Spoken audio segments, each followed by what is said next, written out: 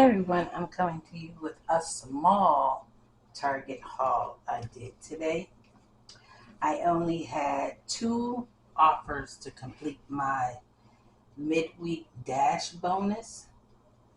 So I know I wanted to go to Target to pick up these Brite kits by Scotch Brite. They're not on any special, but Ibotta did have an offer to get $4 back off of each one. And since it was a limited of two offers on Ibotta, and that's all I needed to complete my midweek dash bonus, I just went ahead and went to Target today to pick these up. These will be going into a household basket for my girls.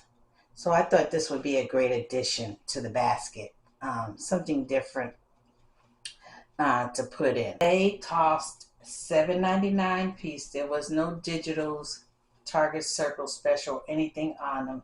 So I paid $15.98 plus my tax. I did roll in a gift card to lower my out of pocket. And what I received back was Fetch. I received back 2 cents. Ibotta, I did receive the $8 back. $4 on each one, and then I did receive my Ibotta bonus of $1.